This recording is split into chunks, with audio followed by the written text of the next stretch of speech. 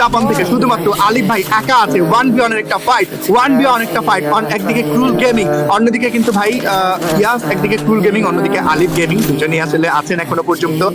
Bangladesh top 1 versus কিন্তু gaming with সিয়াম, কে আসলে টিকতে চলেছে। গ্রেনেডের ভাই কিছুটা ব্যবহার, গ্রেনেড কুক করে ঢুকানোর চেষ্টা, ক্রুল গেমিং কে কি টেক ডাউন করতে পারবে কিনা তাহলেই সম্ভব। বাট বাংলাদেশ আলিফকে ভাই যেইভাবে আসলে ভাই 14 কিল কমপ্লিট করেছেন, পিসি প্লেয়ার হিসেবে ভাই দুর্দান্ত প্লেয়ার হচ্ছেন। স্নাইপার রোলটা ভালো প্লে করেছেন এই মুহূর্তে টিমের জন্য, এক ক্রুশাল রোল ছিল বলবো। ক্রুল গেমিং পারবে কিনা স্নাইপার ভার্সেস স্নাইপার একটা লড়াই আমরা দেখতে চলেছি আজকের দিনের এই শেষ ম্যাচটাতে।